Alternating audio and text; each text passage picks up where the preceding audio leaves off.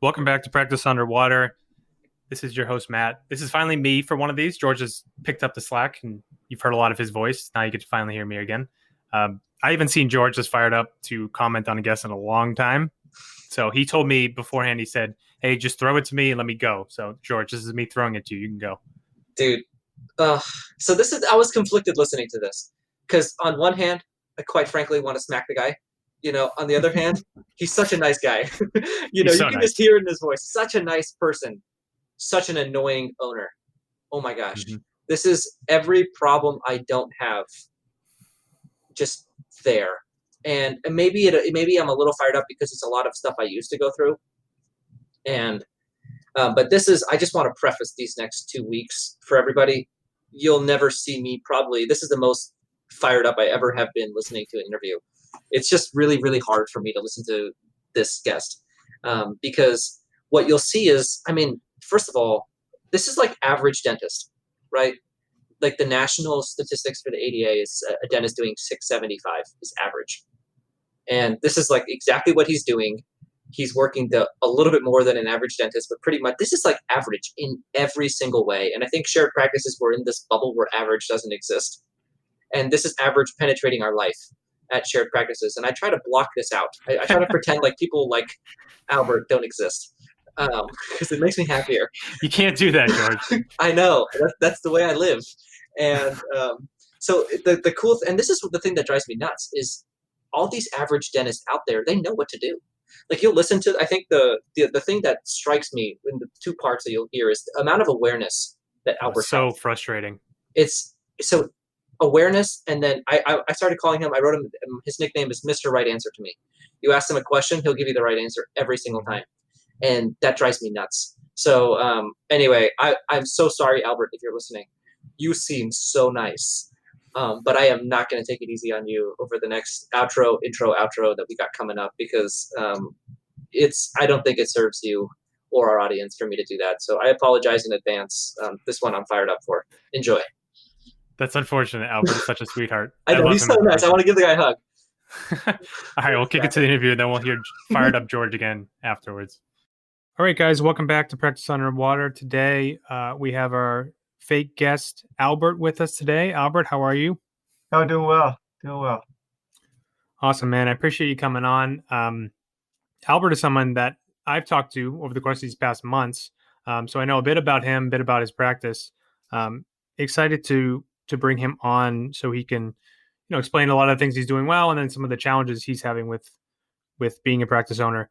So Albert, why don't you take us through, a bit about your background and about the practice you currently own? Um, I've been in practice here since 2007. I've owned this practice. Um, let's see, it does about $600,000 per year. Not a great deal of new patients, probably in the 10 to sometimes 20-ish per month. We do general dentistry. I do 6 month smiles, endo, implants to a certain degree, onesies, twosies, that type of stuff. And yeah, I like the surgical aspect of dentistry. I do a decent amount of that, extracting wisdom teeth, extractions, that sort of stuff. Um, my main problem is new patients and keeping patients in the practice. I'd say those Okay. are the things that really keep me, keep the schedule with holes in it, which is something that I need to remedy. Yeah, sure. And so you reached out a couple months ago for help with the practice. Where do you feel like you're getting stuck in your ownership of this? Um, Primarily leadership and hesitancy in treatment plan presentations. I would say that a lot of times I'm not super clear. I'm like, okay, it could go this way, it could go that way. I get concerned about presenting something that a patient will accept financially instead of presenting ideal treatment and saying, look, this is what you want to do. And, not giving them options as to where to go. The other thing, I've got one hygienist and hygiene recall and reactivation, it's slow. She does about 2/3 of a day. She'll end at 2:45 every day. Occasionally she'll work late, and then what she does, she makes up for it by giving me one, sometimes two Saturdays a month, two till about 1 o'clock. So probably about 6, 7 patients on a Saturday. So she has kids she needs to pick up. Yeah, Is that what it is? yeah. Okay. So what are you kind of looking to take away from our call tonight? Um, you know, I don't know that I want to go into a big practice. Unfortunately, I'm very slow uh, clinically. My clinical speed is it's not really fast. I tend to talk way too much, before numbing.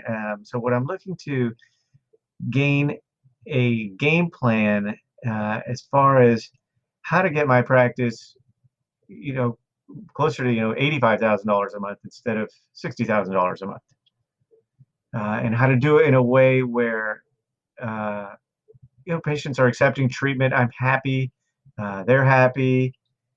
We're doing good work. We're taking good care of patients. Okay. Where do you feel like where's the lowest hanging fruit that you see in your office that's kind of a growth area? It would be doing more crown and bridge, doing more 6 month smiles type ortho. Uh,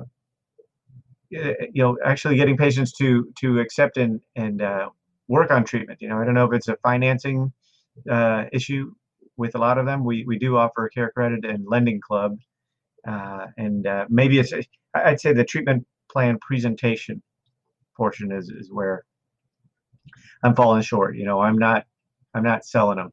I'm not being a good salesman. Sure. Yeah, I mean, that's, one of the more uncomfortable situations a dentist is in every day is that face to face offering treatment, maybe getting some resistance and, kind of retreating from there. Um, it's interesting you say that because I'm looking at your January numbers. We picked a month that was a little more normal pre-COVID. Your patient acceptance this month was actually 94%. So you had almost all patients saying yes to you. Um, Mhm. so like from what I'm seeing here, the problem, at least for this month, isn't so much the patient's trust in you or your trust in yourself even. Um, I feel like it's more of a, like you said, offering the ideal treatment plan versus maybe doing patchwork or doing the small thing. Do you fall into that trap, you feel? Yes, yes.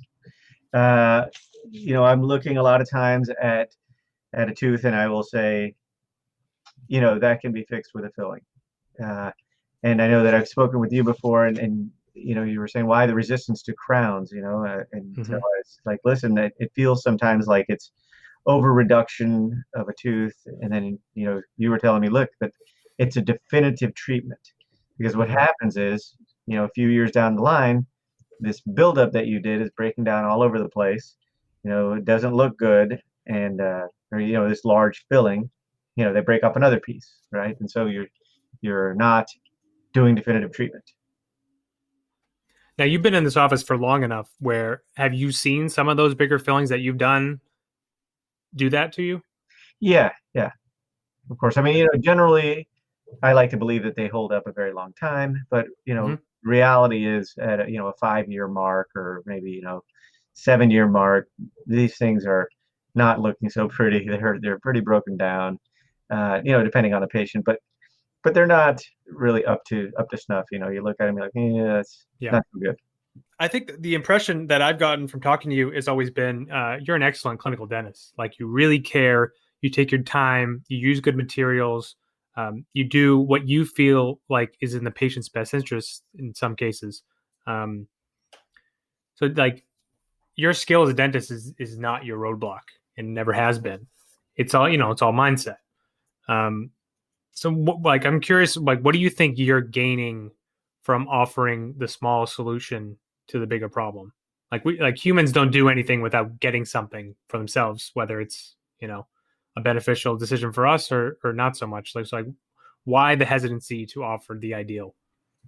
Uh, I think it's connected to approval addiction, not wanting the rejection, wanting to have the patient look at you and say, "Oh, great, doc," as opposed to "How much? Wow."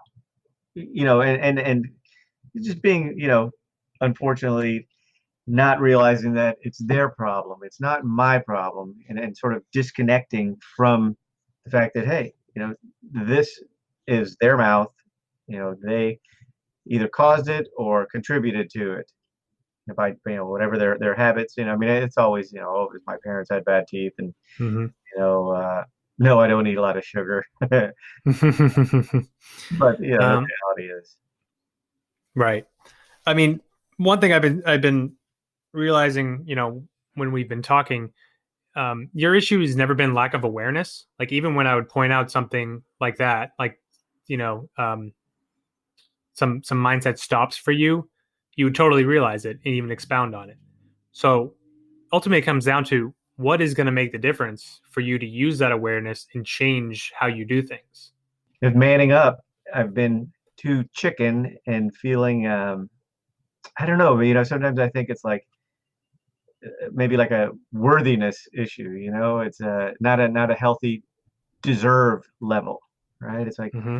I almost feel like I don't deserve to be successful, or I've been feel sort of like a little bit beat down, where now I'm like, oh my God, if I tell let's just say, for example, my office manager, treatment coordinator, this is what they need, this, and then she'll check with me before she presents it.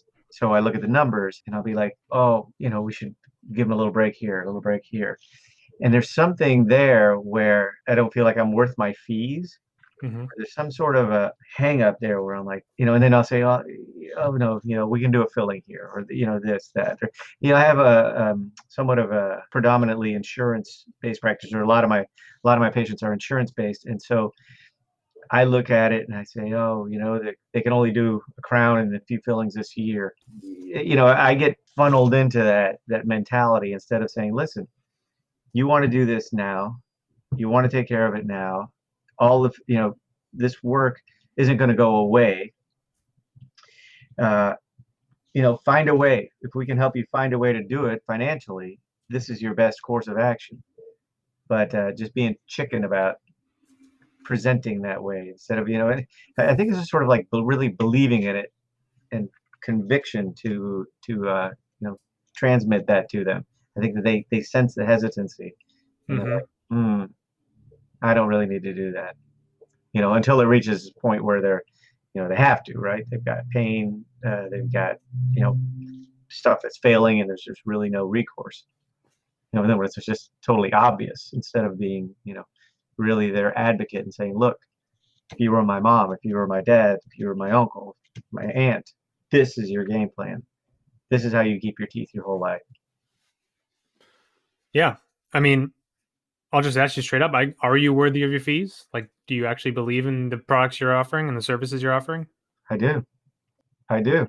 Uh, at times, I would say no. I mean, at times, I look at it, I'm like, it seems like a big expense, and I would say kind of like from personal experience. Let's just say like with my boat. I have a boat, and so I will always fix things, but sort of like last minute. Instead of saying let's just put a new pump on there, get it done, pay for it, and then we're good. No, I'll tell the mechanic, let's just replace out the gaskets. Let's try and get more mileage. I catch myself saying that a lot to patients. Oh no, this is okay. You can get more mileage out of this. I feel like I'm doing them a favor by them not having to spend the money now, but then they disappear, and what? They went to another dentist, and the other dentist said, "This is what you want to do, and this is why," and sold them, and they did it. And then they disappear from my practice. And I'm like, "Oh, what happened? And then sometimes they'll come back and all of a sudden they've got a crown on this tooth. And I'm like, wait a minute, where'd this come from? You I know, mean, what is it going to take for you to stop making decisions for people based on your own biases and the own way you get in your own way with your own personal decisions? Like, what is it going to take? recording my treatment plans and saying, no, this is the way I'm going to present it. This is what they're going to get. This is your option. no other option. I mean, what about just practicing it, right? Like, make it easy on yourself, right? Recording might help you, of course, but it's another step. It's another thing to do. Why not just like play with it, see what happens. Mm-hmm. And then like some sort of follow up with yourself, like whether that be notes at the end of the day or notes throughout the day, marking every time you did it and how it felt, and you know seeing what works and what doesn't. I'm game. I mean, are you reliable to do that? I mean, because we've had similar conversations to this before, in a less public forum. Yeah. So like you've been aware of these things for a while now. Yeah. So Choosing comfort over courage. Choosing to say, yeah, oh, no, I don't want to. I don't want it. It's too risky. yeah, and like the challenge for you is, what does it look like in a way that you're reliable to do this stuff, right? Is it like writing down a mission statement that you look at every day? Is it practicing a gratitude list? Is it, like I said, keeping track of each time you do it and how it goes? Is it rewarding yourself for when you do it with some small little gift or event or something with your family? Like really Mhm. sitting down and think, what is going to keep me accountable for doing this is the challenge for you. Just so is there anything off the top of your head that you can think of that is actually going to make you follow through? I think they're rewarding. They're rewarding myself for doing it. For being courageous enough to say, look, this is your treatment plan. Not a negotiable. Um, and then some sort of reward, something where I feel like I acknowledge myself for making the change. Yeah. I mean, it's the biggest thing I think we miss as people are trying to grow and improve and implement new things is the rewarding piece. Because for whatever reason, just not something that we think to do when it really allows you to follow through with things, especially uncomfortable things. Um, there is some benefit for you other than just having to be uncomfortable, which it's easier to go the other way instead. How you're doing. Um, so, what do you think about like after this call, sometime making a list of some small ways you can reward yourself? Mm-hmm. Yeah, kind of like. I mean, I think that the thing that would motivate me most is to have free time. I feel like that's what practice ownership has taken away, or I've had to sacrifice because I'm always thinking about it, always trying to, uh, you know, hone the system and find a way where I'm doing everything right as I feel. But I still maintain similar uh, monthly production, and it's like, wow, I thought I'd be a lot further along. Yeah, and you deserve that, really. Like for how high your ethical standard is and how much you really care about staff and employees, and you give everything your all. Like you deserve the benefits of that. Like you deserve the time off. You deserve the increase in income. Like to provide, great life for your family. Enjoy your time on the boat. That's something that's definitely there for you. It's are you willing to be uncomfortable? Like this stuff isn't going to be easy at first, and however you can determine to, you know, see that through, it's going to look so much nicer on the other side. I promise you. Before we get back to the episode, I wanted to take a minute and thank Practice by Numbers. Without their help and allowing us to set up the shared practices dashboard, a lot of what we do on Practice Underwater wouldn't be possible. I want to take a minute and highlight a clip from the episode that we did with Rohit, where we highlighted some of the metrics that really matter most. You cannot look at them just by themselves. You have to look at a few other things together with it. But the most important number any practice right off the bat should look at is patient acceptance. And the difference between treatment acceptance and patient acceptance is treatment acceptance is the amount of dollars that we're accepting. For example, if you presented $100,000 worth of treatment, how much of that has been accepted, meaning scheduled or completed? Okay, so in this particular example, if 100,000 was presented, 55,000 was accepted, or either scheduled or completed. But the second part is 72%, which is the patient acceptance. What this means is that if you presented $100,000 worth of treatment to 100 patients, meaning $1,000 per patient, 72 of those patients scheduled some aspect of that treatment. Looking at patient acceptance is the absolute best way to go. I hope you guys enjoyed that clip. If you guys are interested in trying out Practice by Numbers and looking at your practice through the Shared Practices dashboard, and there are many other dashboards, you can go to practicebynumbers.com and set up a free trial. Yeah. I have to make the change. I have to stop worrying and stop being so concerned about the patient's situation and say, look, this is the way you correct this, where you have predictable, great results, and you have your teeth for the rest of your life. Or you're going to be making it into your older years with good chewing ability and good teeth, as opposed to already falling apart and then going into an age where you're going to start possibly losing teeth and having issues because you're on multiple medications and your mouth is drying out, and stuff starts breaking down. You have to take teeth out, and all of a sudden, here we are, not in a happy place. Yeah, and no one wants to be there. And like I said before, you've been in the office long enough where you've seen some of that through, whether that be people leaving, getting the treatment elsewhere, or having to, get stuff redone down the road, or having their oral health deteriorate due to, their lack of taking action and your lack of properly educating and selling them. It's ultimately, I feel, a moral responsibility to present the ideal treatment in a way that is, it sounds sleazy but persuasive. Like, that's kind of our responsibility as dentists. And I don't see it as hard selling. I see it as educating and persuading, because, the layman is not educated on the best course of action for their mouth. They're going to think about what's quickest, what's cheapest, what doesn't hurt so much. Some people, not everyone. Mm-hmm. And it's really like about coaching them around that. So do you need any sort of accountability from me to kind of keep you on track with starting to change some of the way you present treatment? That would help. Absolutely.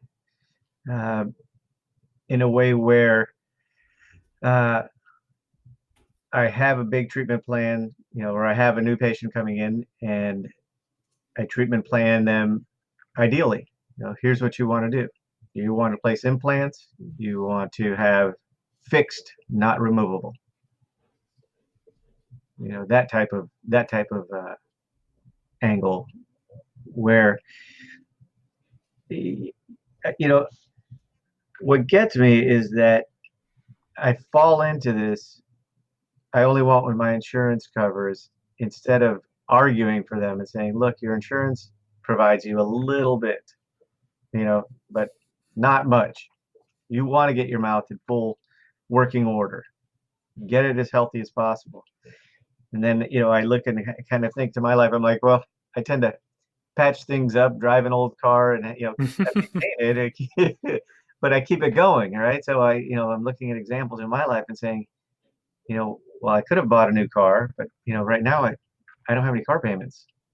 I kind of like that, even though every so often I get hit with a $900, $1,000 repairs. I'm like, well, that was several months there, but that sort of that frame of mind is something that I have to move them and persuade them into, invest your dollars, prioritize your dollars to your mouth.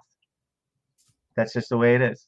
People who have teeth later on in life are ones that prioritize their dollars towards it. Yeah. And quit making their decision for them. Let them be at choice and at cause for their own decisions. And you're still going to get hit with the same stuff you're getting hit with now by some people. Like, that's unavoidable. But like finding a way that you're fully behind it.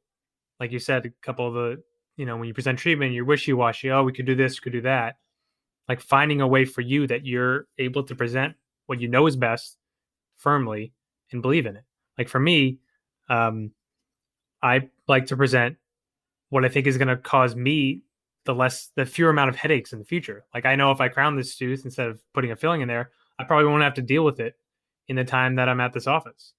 So like that's incentivizing for me. I'm like, well, let's just go for the best thing that I know is going to, work in most cases, and then I don't have to deal with it anymore. And then I don't have to like go back to the same tooth with the same patient years down the road. So it's about like finding out for you what way you're okay with kind of presenting it in that way.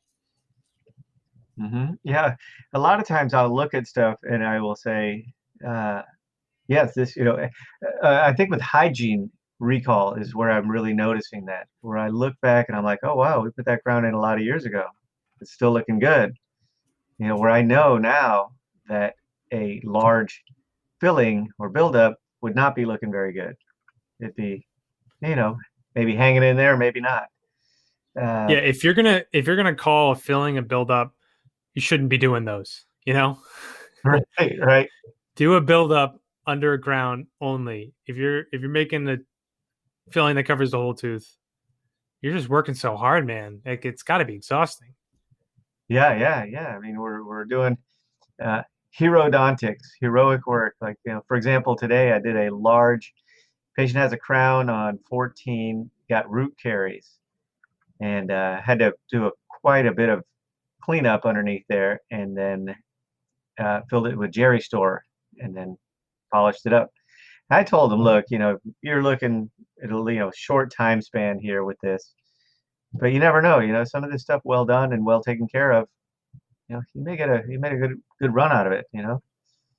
Instead of saying, what, we really need to redo this crown, and then Yeah, and like, you don't have to stop doing all of that. You don't have to change who you are as a person and, not do a patch when it makes sense, right?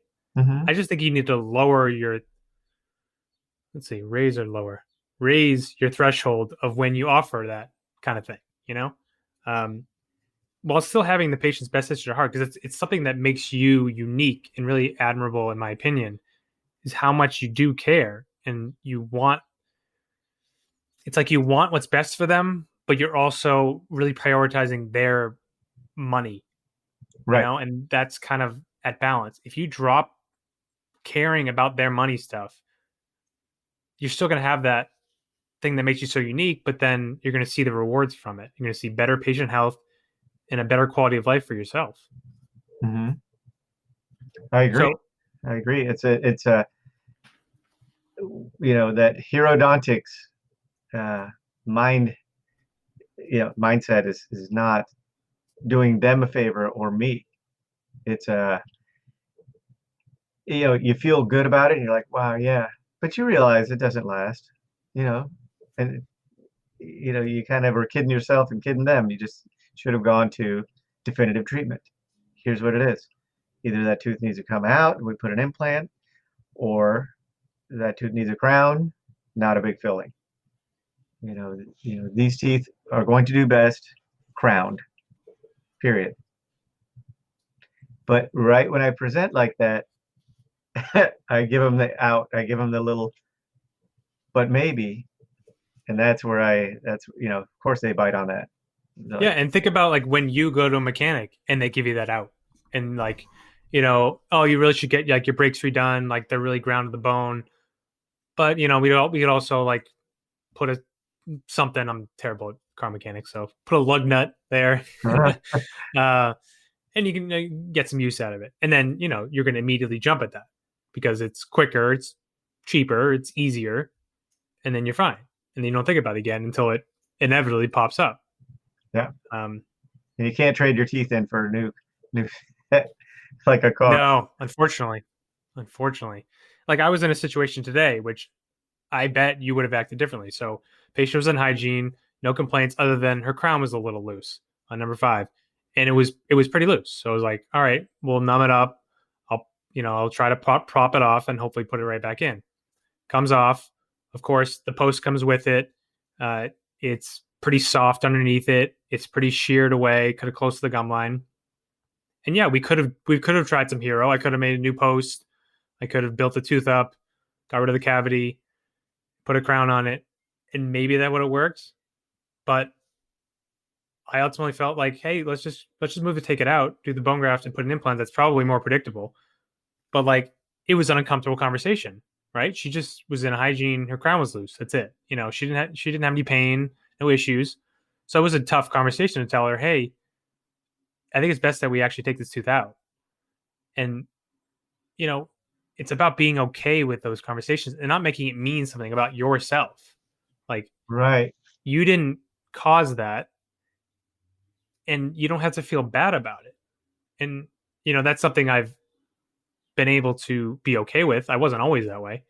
Um, so like, what is it going to take for you to be okay with telling someone that? Yeah, just looking at it and honestly saying, what can I do for them that's going to last them 20 years, as opposed to trying to make myself look good or feel good by saying, you know what, I can patch that. I can rebuild and put a new post in there and you'll be good as new. And but risking it, right? And then of course if it fails, oh doc, he didn't do a very good job. As opposed to saying, you know what, the most predictable thing here is to take this out. That's Yeah, like, I mean, your struggles is never with the how. It's never like when you go through these scenarios, you know exactly what to say and what to think. But in the moment is where it's harder because you're not as conscious. You're kind of more reactionary. All humans are. You're operating a lot of the subconscious.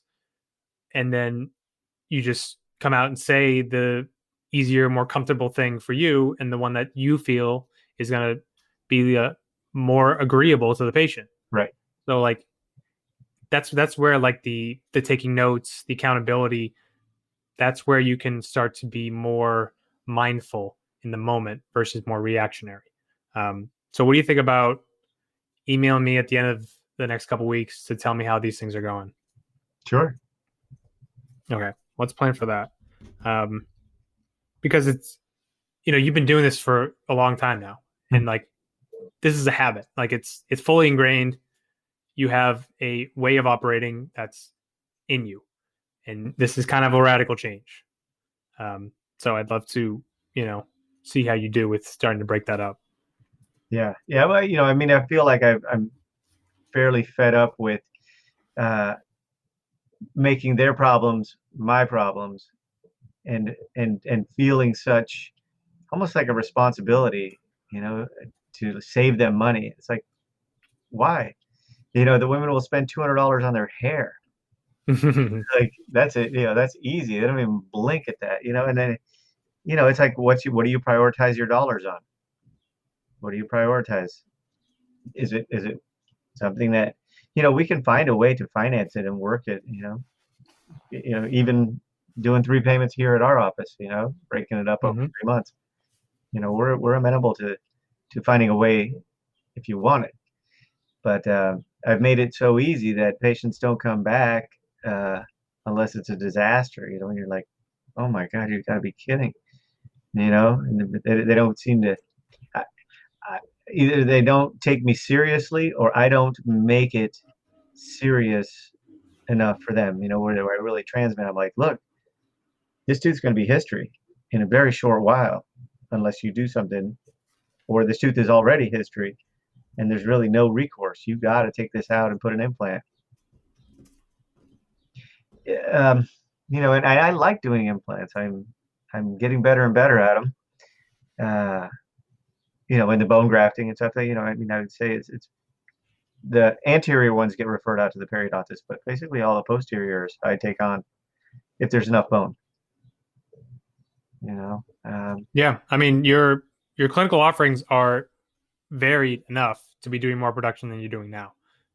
6 month smiles, bone grafting, implants. You take out teeth, some root canals. Like, you do most of what are required to have a definitely an $85,000 a month office.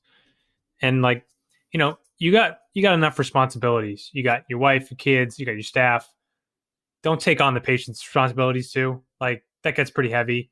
You're a fit guy, but I don't know if you're strong enough to withhold all those things at once. So Yeah. maybe put that one down. Yeah. The other thing that where I'm at, and I don't know if this is an excuse, but uh, we do have a number of patients who will go to another country. And they'll have work done there, and you're like, wow, you're risking it. One, the medical system isn't all that great, and two, the standards are not as high. But I run into that, and I'm like, no, no, no. And I imagine that happens to a lot of dentists in California and Arizona, where they get patients going down to Mexico and getting work done like that. Yeah, I mean, you're still going to run into that, and I've even run into that in New York. Patients flying elsewhere for stuff, and um, at the end of the day, like you're only going to get through to some of those people. Some of them are just so set on it, and good luck to them and all the best. But um, I think you explain the benefits of keeping in house. I'm right down the street from you. If something goes wrong, you don't have to jump on a plane. So that's a whole bigger issue. But um, I see how it can be a challenge to get around. One thing I want you also to practice. You mentioned when you bring stuff, you bring the treatment plan, and then your manager brings it back to you to ask you about it. I would like you to practice taking yourself out of that. Like, don't touch fees, don't touch procedures. Have your hygienist put them in, and that's it. You're out of it. You're out of the equation. Can you do that? Now, how about with say ballparking figures, where you tell somebody, look, you need a bridge here or an implant. How do you operate currently? Um, a lot of times I'll say, well, listen, I'm going to leave that up to my office manager and have her go over it with you. But part of me says, I could ballpark it and say, well, you're looking at about, 3,500 and up for getting a implant and a new tooth there complete. Or you're looking at X amount of dollars for veneers, for example. And sometimes I think if I were to say X amount of dollars, and that could be as little as 199 a month. Most patients will do this in the so an implant would be 99 a month. 6 month smiles you could do for 149 a month. And Yeah, I mean, I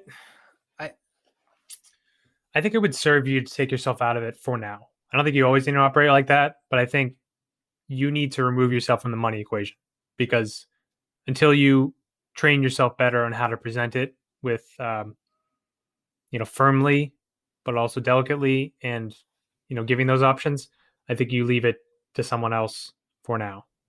Mm-hmm. Mm-hmm. And that's would be a different answer for every person, right? But since you're currently having issues with already trying to downplay stuff and try to save money, Right. let's just take that off your plate. Don't even think about it. Yeah. Yeah. Present the treatment, be firm about it.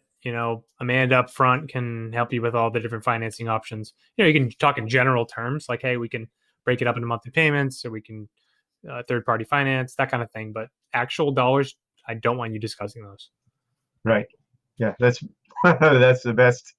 I mean, it's going to be freeing for you. I feel like, that to not have to think about I agree. It's very freeing for me.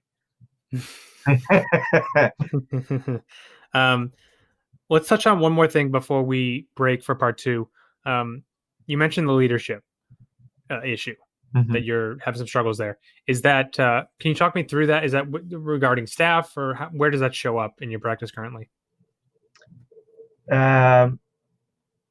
I have one assistant who is a self-starter, fantastic, and one assistant who I have to tell her everything I need.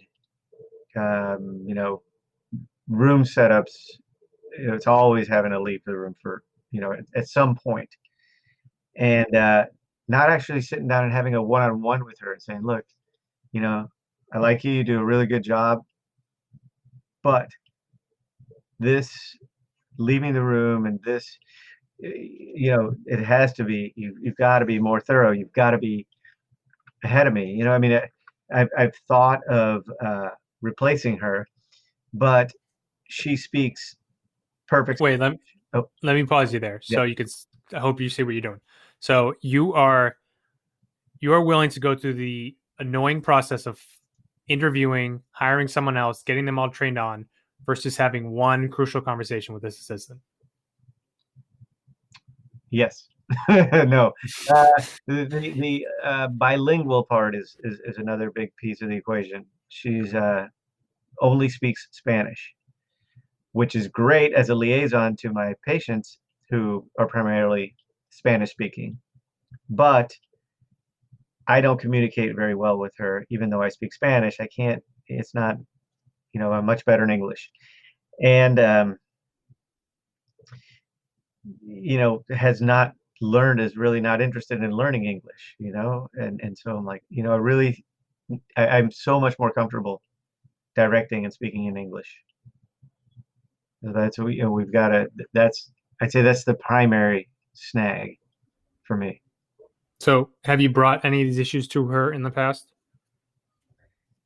No, not, Okay. I mean, I'll tell her, but it's not a sit down one-on-one, which is how it needs to be.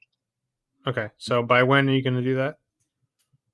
Within 2 weeks, I You will. need two. You need 2 weeks to have a sit down with someone you work with every day. No, I'll do it.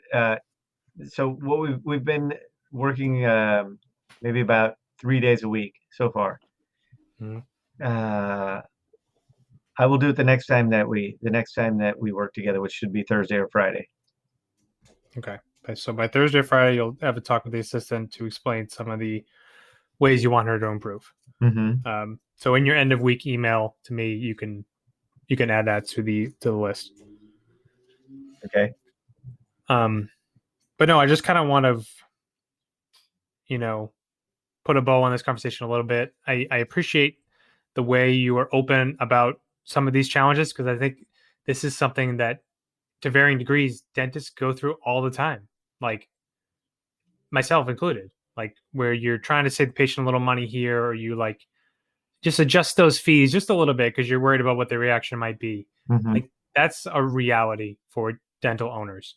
So you putting on a loudspeaker, I think, is super helpful for everyone to hear that it's not just them who go through this. It's something I think we all need to be mindful of, and so I appreciate you putting that on loudspeaker to thousands of dentists out there. Mm-hmm. Oh no, it's I had one time somebody broke it down, right? And they said, look, if you've got 65% overhead, let's say, so of your 35% profit, you say give them 10% off. You're not giving them 10%, you're giving them a much larger percentage because it's 10% off of your profit zone. And Yeah. it's like you're saying, shut up, stay out of it. You're shooting yourself in the foot every time you get involved. Yeah, and like I said, it doesn't need to be forever, right? I mean, I think it is sometimes beneficial when doctors are able to discuss price in a confident way. But for now, it serves you. Just take it off your plate. You'll come back to it at a future date. But yeah, I mean, I hadn't heard that said that way. That's very interesting. Like you're this isn't the part that's covering your expenses. This is the part that's in your pocket, and you're passing that off. Right. It makes it a lot more of a bigger thing than I think people realize. Mm-hmm. Okay, I think is a good place to pause up. Is there anything you wanted to touch on before we kind of get into numbers more? At the moment, I have one hygienist, and I always hear, you need to hire a second hygienist, or I'm torn between. There's a dentist who practices nearby me, and he has a super small practice, basically, like hygiene assistant and him. And then I have hygiene, two assistants, one who also works front desk, and a front desk, and a floater. And so I hear George, and George is always talking about you got to get that second hygienist because you got to have more patient exams, and that's where your revenue comes from.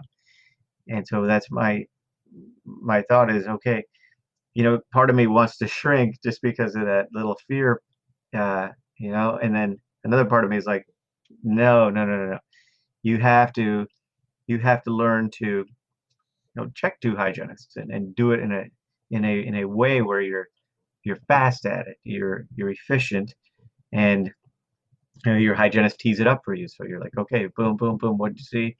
Okay, okay, perfect. Okay, yeah, I agree. Let's get you scheduled. Because my hygiene exams can take far too long. Chit chat. Yeah. I mean, we'll get to this in the numbers section, but I don't think you're ready for that.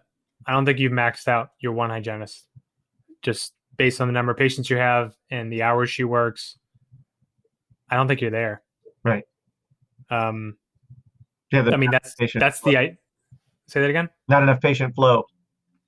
Definitely. I mean, we'll get into that in part 2, but that's the ideal, right? Two hygienists per doctor is where you want to go.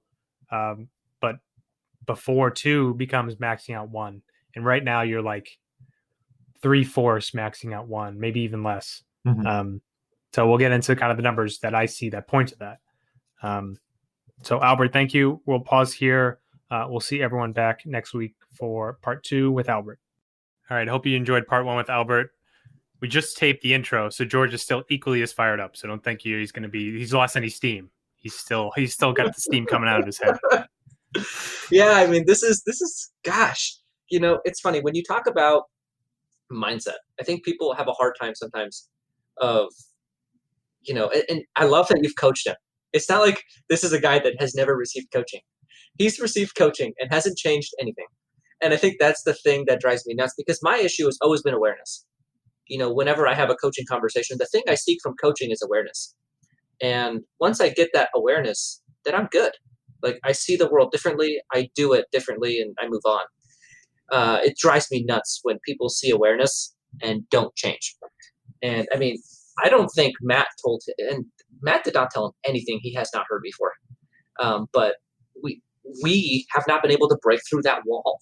Whatever it is, the resistance is insanely high. I mean, my gosh, it's very, very an insane amount of resistance against, and he's like, I should do this. A lot of shoulds. I should do this. I should be doing this. I should. But we're not doing anything differently. And I think that is a pet peeve of mine, if I'm being quite frank. And this is a lot of my own pet peeves and stuff that I have going on coming out. But I think first and foremost, I want to roast myself for the heroodontics. So this was my first year of practice, and I didn't do it with the filling crowns like he does. I did it for the extractions. I would save some teeth that I really shouldn't have. If the next option was extraction, I would just do something else, because I wasn't comfortable pulling teeth and I didn't want to refer them out. It was like this whole thing. And my experience with my associate was, I got her about 16 months after I'd started, and a lot of my heroodontics was failing, and her diagnostically is much more sound. She is just do what's best for that patient. And I got to have the failures coming in while the I told you so's were coming simultaneously.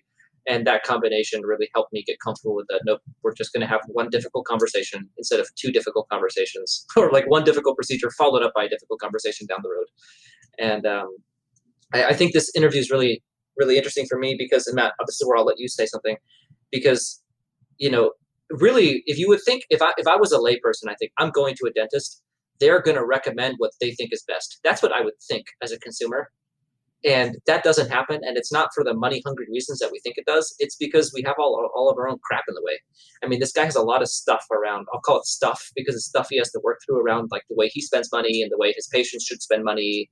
And he's like almost using like how I would receive this diagnosis or treatment plan because I don't take care of myself or my things the way I should, and it's like that. So I've really, whenever I talk to my diagnosis coaching is, and I do the same thing as a diagnostician, I had a lot of this stuff in my way. And so my diagnosis coaching is a lot more of do what is best in a vacuum and almost turn yourself into a robot when you're doing your exams. And, it's so funny that this doesn't happen And you can see mindset is clearly the reason why. Matt, yeah, I'm sure you have something to add. Sure. Yeah. I mean, I grew a lot. I didn't coach Albert for a while. It's probably just honestly 2 months. I grew a lot as a coach from the experience. Um, I mean, he was the most frustrating person to coach I've ever had. Definitely, like just building that awareness that he came into the call with took about the 2 months. But like, we could not get him to move, or I couldn't get him to move on all these action items. Like, it's tough because usually we're almost always talking to doers, implementers, people who like are there for the awareness so they can do something with it. And that is a bedrock of coaching. Like, you don't coach without projects, you don't coach without action items. And because that wasn't being done, it was just extremely frustrating. We didn't get anywhere, and he left coaching. Like, it was completely frustrating, but I grew a lot from it. Like, how to really push through. Like, you'll see in this interview, and even next week, I'm pretty tough on him now. Like, I was nicer to him because he's such an ethical, nice guy. He's like a father figure. I was kind of like tiptoeing around it, where like I'm much more direct. Like, what is it going to take for you to change? Like, all this stuff already. Like, I wasn't saying that as much in our coaching conversations months ago. So I grew a lot, but man, was that frustrating. And we have had other coaches, not so successful clients on air. So I think this is kind of cool to have a relationship that you wish had gone differently, and the ability to talk about it, because I always find that coaching has very little to do with what the coach offers, and a lot more with what the client brings. And this is like the perfect example. I mean, you could tell this guy 100 times what he needs to do, and so far nothing. And this is where you got to figure out. Like, we have to figure out what is the resistance, man. And I love part two. You do it, but I won't talk about it right now. But I think like he talked about this feeling, and I want to just like this is I want to every outro I'm going to relate this to the average dentist, because this is average. The reason why. And people, I feel like sometimes we get a reputation of making above average feel average, and people might have a feeling about that. But the reason why I always say is this isn't hard. It's not hard. And he has this feeling of like, I keep pushing and I keep thinking about the practice and I keep spending time on the practice. And it's been 7 years. I mean, this guy's owned this thing for 7 years, and it's not moving at all. And he didn't own right out of school. Like, he's a middle-aged dentist. Yeah, this is a well-established, this is like the definition of average age dentist, average performance in his practice, average length of ownership. Everything about this is average. And the shared practices way performs so high above average. And you can see why. I mean, just it's baffling sometimes, to really feel that this is the majority of dentists that exist. And Albert, I'm sorry, but it again, this is average. And I think sometimes we forget that. For me, it's that feeling of not making progress. If I had that feeling of not making progress for years upon years, and then I saw somebody who was like me, 27, and accomplish what I would accomplish, I wouldn't believe it either.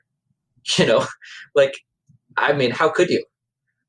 So I think that feeling of pushing and not getting anywhere, that means you're doing the wrong things, not push harder. Yeah, I mean, he's thinking about it a lot, but he's not making a plan or even following a plan that's given to him and actually doing it. And that's why it's so much in his own head, because he's just not moving on it.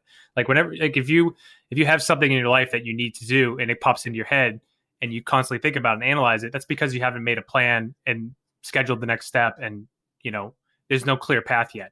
That's why it's in your head. And that's constantly him with this practice. I love that Practice Underwater is this show that gets its own guests, right? You listen to Practice Underwater and then you reach out to us to get on Practice Underwater. We self-select. So we don't have, this isn't every guest that we had, but if we just pulled random dentists around the country to be on Practice Underwater, I think 3 out of 4 of them is this interview. Yeah, and it speaks to the audience that is built with us and how exceptional everyone is. And I always talk about it. This show is not interesting. This is not inherently the most interesting use of your time, but you keep coming back, and we've self-selected for people that are motivated, and it's a pleasure to interact with them. And Albert, again, such a nice guy. I can't keep saying that enough. I feel bad that I'm really being hard on him, but it is my pet peeve. It is my singular pet peeve with dentists, is the feeling that they have that everything is so hard when they're so resistant to doing anything that's slightly uncomfortable. Yeah, you could probably count the uncomfortable conversations he's had in the last 10 years on one hand. Like, I mean, Yeah, I would presume that I have more in a week than he would have in a year. Easy. 100%. All right. Well, we're only halfway done, Albert. We got part 2 coming up next week. So, I'm pretty sure he's a listener too. I'm sure he's listening. I'm sure he is, right? And especially if it's you. Like, I'm sorry, Albert. Like, you can reach out to me PM if you have a problem, and we can talk on the phone, and I'll, be a little nicer. He's good. He can take it. Yeah, I know. But, you have this one coming. I'm sorry. So part 2, here we come. All right. We'll see everyone next week. Thanks for listening to another episode of Practice Underwater. We'll see you guys next week. If you're interested in one-on-one coaching with either Dr. George Hariri or Dr. Matt Garino, our contact emails are in the show notes. And if you're interested in being on Practice Underwater as a guest, where we could look at your practice anonymously, you can go ahead and contact the email in the show notes and follow those directions to get on the show. Thanks, and we'll see you guys next week on Practice Underwater.